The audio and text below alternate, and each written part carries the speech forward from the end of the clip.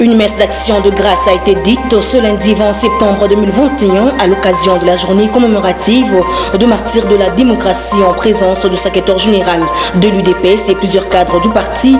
Laquelle journée a pour but de se rappeler des sacrifices endurés pendant 38 ans de lutte pour que l'UDPS soit installé en RDC.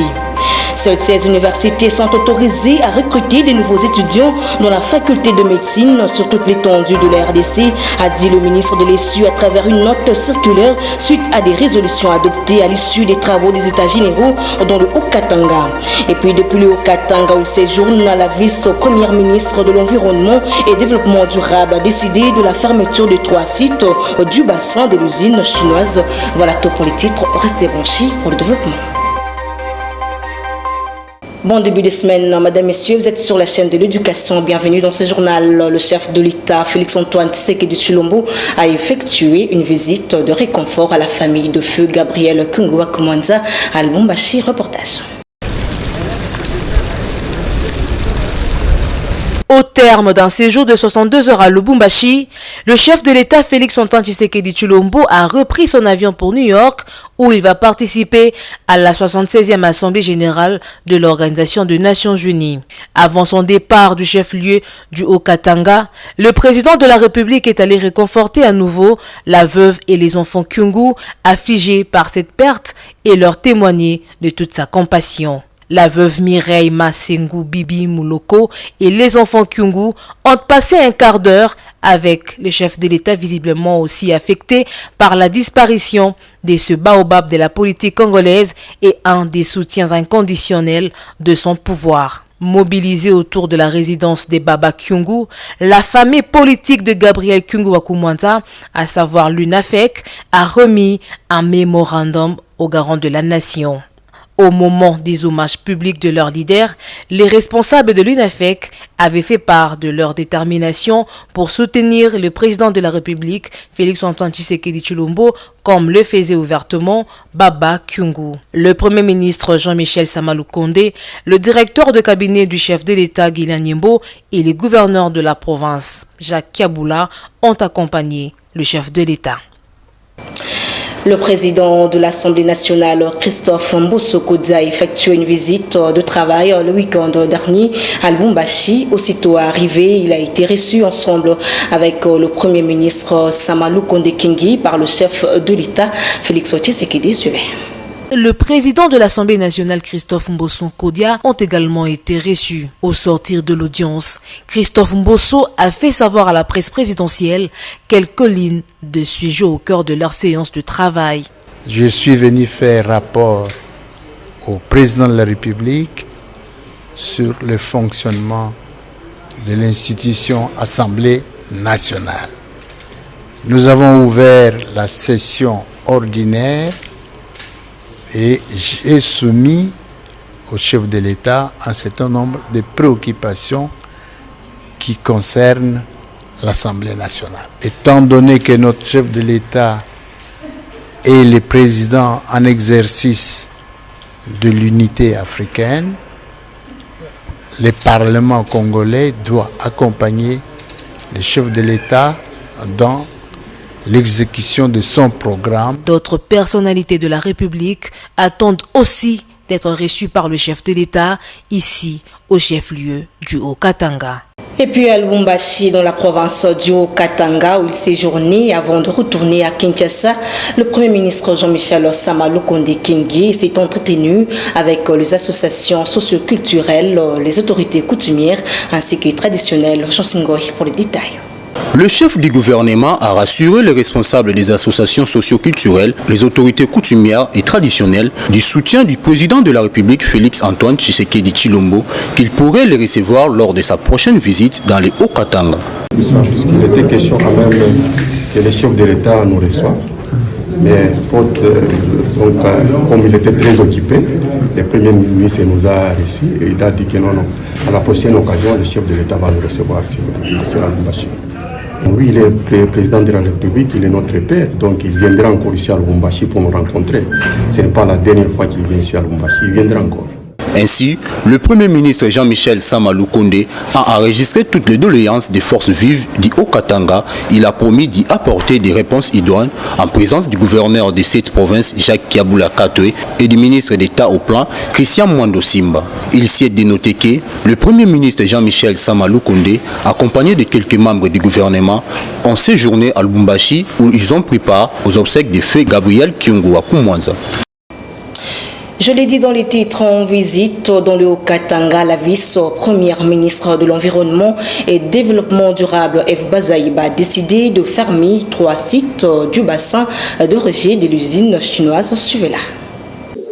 Dans le cadre de mon travail de routine par rapport aux études d'impact environnemental auprès des opérateurs économiques, notamment les exploitants miniers, les exploitants forestiers et d'autres, alors j'ai, à la demande de la population de l'ICASI, je suis venu ici voir cette entreprise à travers l'incident qui a eu, je crois, ça doit être la semaine passée, entre le 9 et le 10 septembre, il y a un grand coup de vent qui a fait soulever toute la poussière toxique contenant beaucoup de matières d'acide et de toxicité.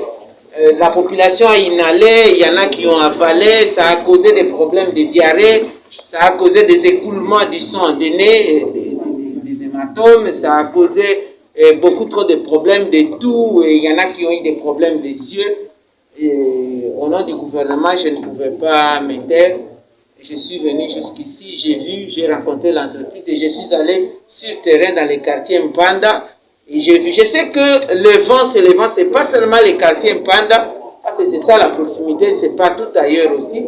C'est pourquoi nous avons pris un certain nombre de mesures. Je suis en train de passer pour Colosie, mais je reviendrai ici pour voir l'état d'avancement. Et je suis très pressé à voir ces mesures d'urgence se réaliser. D'abord, à dater d'aujourd'hui, j'ai donné des instructions au nom du gouvernement d'arrêter de fermer carrément ces sites des bassins de rejet, que ce soit les premiers sites hérités de la Gécamine ou les sites qu'ils ont refait juste en face à côté du quartier Mpanda, et là où il y avait le potager aussi, on doit carrément les fermer. Nous devons les transformer à une forêt complètement reboisée pour que ça puisse avaler toute cette pollution-là et sauver la population. Ça, c'est la mesure urgente. Évidemment, à côté de ça, j'ai demandé qu'on prépare le dépistage systématique, maison par maison, de toutes ces personnes qui ont vécu, des personnes affectées, pour qu'on sache qu'est-ce qu'on va faire par la suite du point de vue de la santé. Alors, concernant l'autorisation ou les documents qui leur donnent les droits d'exploitation par rapport à leur site, à ces dimensions, et à leur activité, j'ai demandé qu'ils se préparent, et c'est au vu de ce document que je vais avoir une autre conduite, cette fois-là des mesures définitives, ça peut être des mesures coercitives, dans le sens de retrait même des droits d'exploitation, ou tout simplement nous continuons, mais en tenant compte de la législation nationale et surtout des clauses sociales. Et dans les restes de l'actualité, elles sont au total 16 sur la note circulaire du ministre de l'Enseignement supérieur et universitaire Moïndo Nzangi. Les universités viables et seules autorisées à recruter dans la faculté de médecine, et ce à la suite des résolutions adoptées lors de la tenue des travaux des états généraux de l'ESU. Suivez le ministre de l'Enseignement supérieur et universitaire Moïndo Nzangi dans cet extrait choisi pour vous par Copain Koutoumissa. Nous sommes aujourd'hui le 3e pays au monde, après les États-Unis et la Chine, avec un nombre plus important d'établissements d'enseignement supérieur et universitaire. Puisque la dernière fois que j'ai été à Abidjan, dans le cadre du CAMES, les autres collègues ministres, ils m'ont dit, Excellence, la RDC, c'était pratiquement le grand pays où on formait les médecins. Je ne parle que de la faculté de médecine, puisque c'est de là, effectivement, qu'on a parlé. Ils disent que maintenant, là, on sent qu'il y a des médecins qui sortent de la RDC avec des diplômes signés par les ministres, mais nous ne sommes pas très sûrs qu'ils ont été formés comme médecins, puisque leur qualité, elle est vraiment au rabais. Et donc, si les collègues ministres commencent à douter de la qualité de l'enseignement de nos médecins, demain ou après-demain, ne soyez pas surpris qu'on dise qu'un médecin formé en République démocratique du Congo ne peut plus prester dans un pays étranger. Je n'ai pas voulu répondre, mais je suis arrivé et je posais la question à mes services de me donner l'ensemble des établissements qui sont autorisés à organiser la faculté de médecine. Il y a du bon, du moins bon et du catastrophique. L'audit organisationnel qui vient d'être organisé ici relève qu'il y a des facultés de médecine où il n'y a que le médecin du village et le médecin chef de zone qui sont les seuls enseignants. Or, vous le savez, les médecins pharmaciens formés dans certaines conditions, en réalité, ce sont les assassins qu'on est en train de former. Donc, c'est le temps pour nous de nous remettre en question, de dire ça doit s'arrêter et nous devons repartir sur de nouvelles bases. Et donc, à l'issue de ce contrôle, plusieurs facultés de médecine et de pharmacie vont être carrément fermées. Aussi, l'Union pour la démocratie et le progrès social a commémoré ce lundi 20 septembre 2021 à Kinshasa à travers une messe d'action de grâce à la paroisse Saint-Joseph du Kalamou la disparition des combattantes et combattants date du 19 septembre 2016. Il faut dire que le secrétaire général de l'UDPS, Augustin Kabouya, et plusieurs cadres de l'UDPS ont pris part à cette messe qui a pour but d'inciter tous les membres de ces partis politiques, en particulier tous les pays en général, de se rappeler des sacrifices ont duré pendant 38 ans de lutte pour que l'UDPS soit installé en République démocratique du Congo. Nous y reviendrons avec force et détails dans nos prochaines éditions. Le député provincial Philippe Isangou Teba a organisé un meeting populaire le week-end dernier à Kinshasa, au Kanluka, dans la commune de Ngalima. Question pour l'élu de ce coin de la capitale d'expliquer à sa base le projet de construction d'une grande route qui va dans le sens de désenclaver leur quartier, une initiative du gouvernement de la République. Suivez. Fanfare, sifflets, tam-tam et autres, c'est avec cette joie que la base de Lukunga, précisément au Kanluka, avait répondu massivement présente à ce meeting organisé par le fils du terroir, l'homme des actions, Philippe Isangou Mouteba, surnommé Sisabidimbo. Animé par son autorité morale, Jonathan Bialoussouka, ce dernier avait pour objectif la construction de la grande avenue de Kanluka, explique cet élu provincial de Lukunga. Donc cette route-là est déjà dans les plans du chef de l'État. Tout comme la route qui mène au grand pont de Bandal. Donc l'Éden, voilà. Donc les deux routes, c'est le chef de l'État qui a décidé qu'il va s'en occuper. Donc ici, tout le monde qui arrive ici dit que c'est lui qui va construire. Alors ce n'est pas bon, il faut être honnête, il faut respecter les chefs de l'État. Il ne faut pas mentir et dire que c'est tel ou tel qui va construire la route. C'est les chefs de l'État. Ça c'était de un. De deux, il y a un climat malsain ici, où il y a des gens qui commencent à dire que les Kanluka c'est leur propriété. Il a dit que ce n'est pas bon. Cette ancienne politique de 1960 avec des coups bas, avec des histoires comme ça, on ne veut pas. On ne veut pas. Nous avons une nouvelle politique qui veut que nous soyons des amis, des gens de la même cité ici. Et ce n'est pas la campagne, ce n'est pas les partis politiques qui doivent nous diviser. Il faut dire que Philippe Isangou est le seul et l'unique représentant valable où repose l'espoir de Toubana Lukunga en général et particulièrement son fief de Kanluka.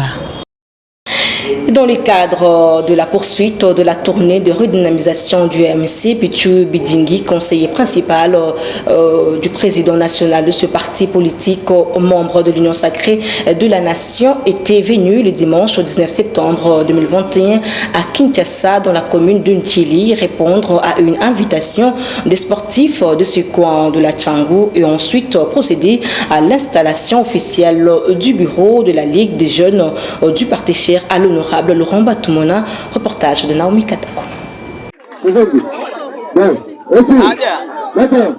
Conduite par une forte délégation du mouvement de solidarité pour le changement dans le cadre de la redynamisation du parti dans l'est de la capitale, Pichoubidjingi, conseiller principal de l'honorable Laurent Batoumona, est invité à la passation de ceinture d'un club sportif au quartier 11 dans la commune d'Ndili, où il a sensibilisé tous les athlètes d'adhérer massivement dans le mouvement de solidarité pour le changement.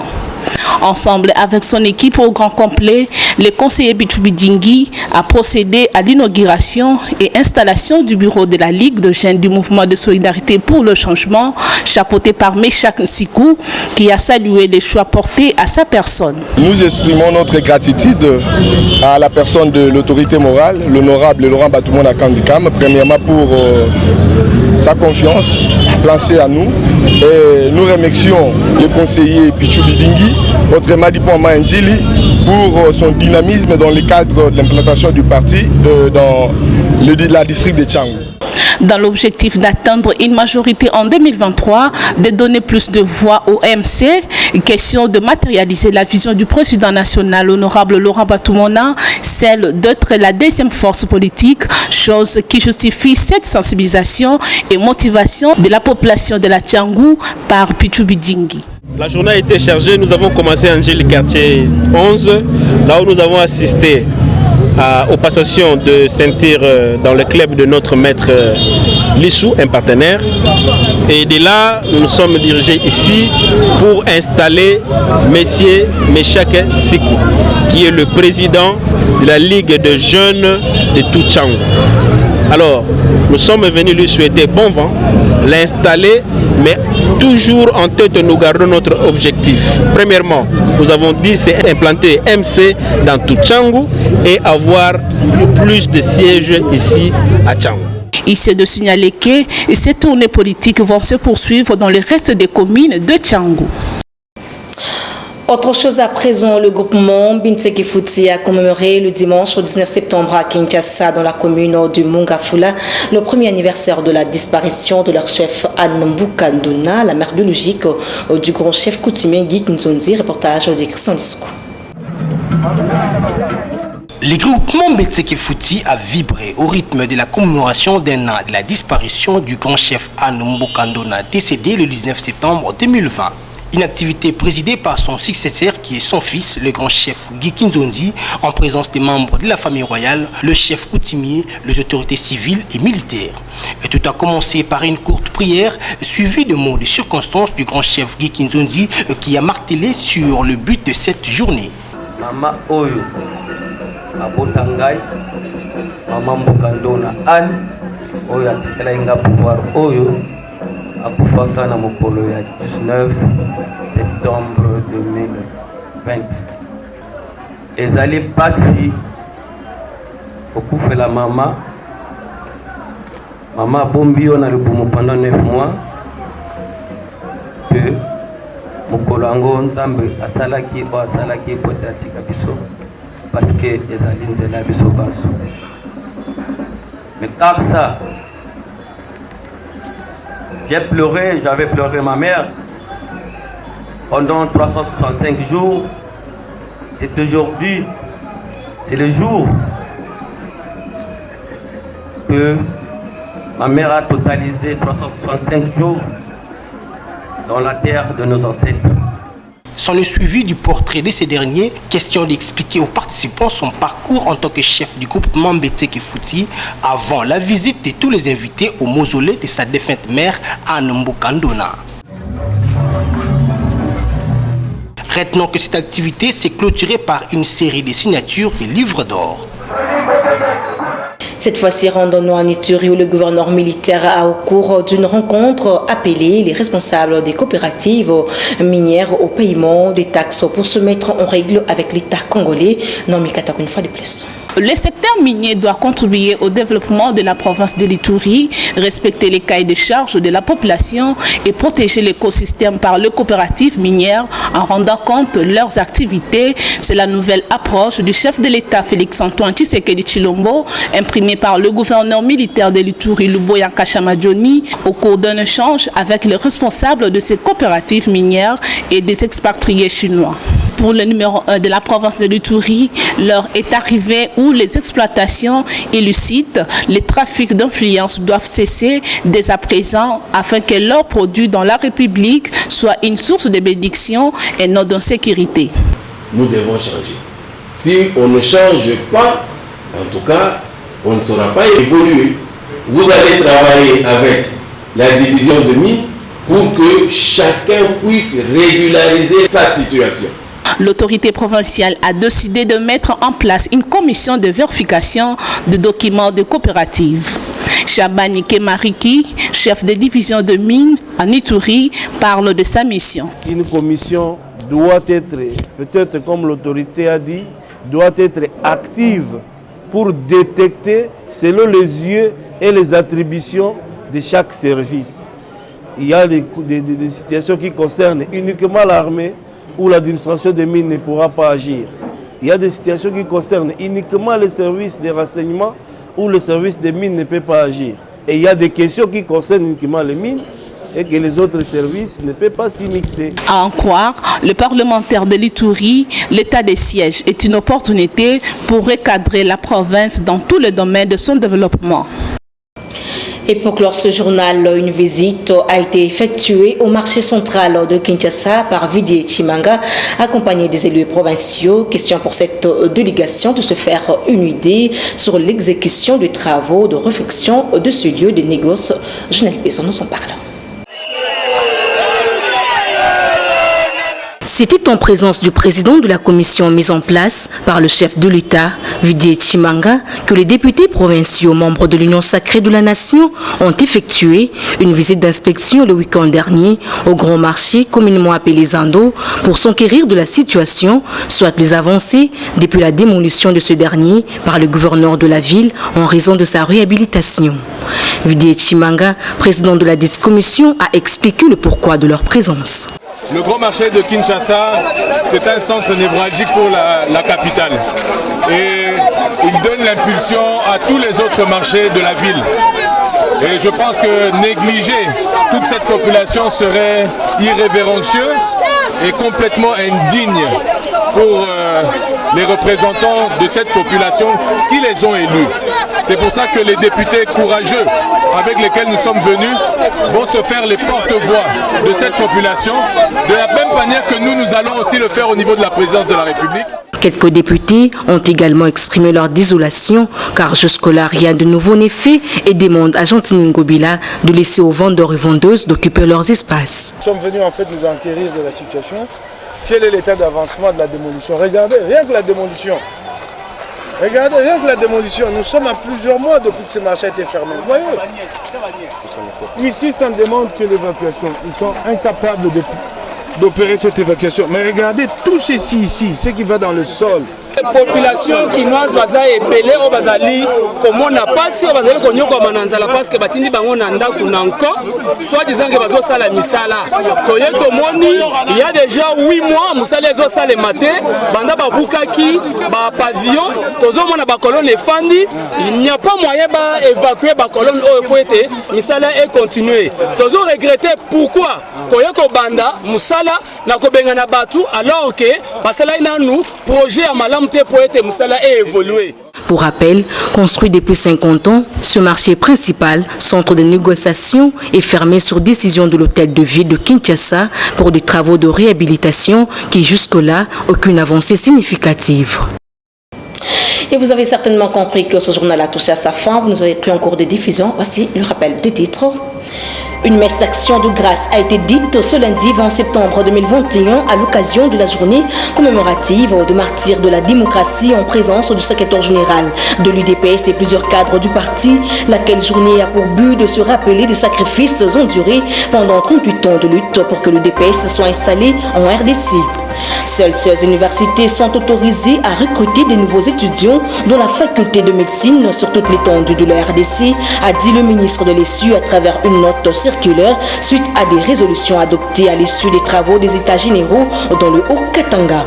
Et puis depuis le Haut-Katanga où il séjourne, la vice-première ministre de l'Environnement et Développement durable a décidé de la fermeture de 3 sites du bassin de l'usine chinoise. C'était là le rappel des titres, fin complètement de cette grande édition du journal. Un grand merci à toute l'équipe technique et rédactionnelle derrière la caméra. C'était Delphine Tondula Guilamayamba. Merci de nous rester toujours fidèles. Retrouvez Christian Lissouko pour la grande édition du soir de moi. Quant à moi, je vous dis au revoir.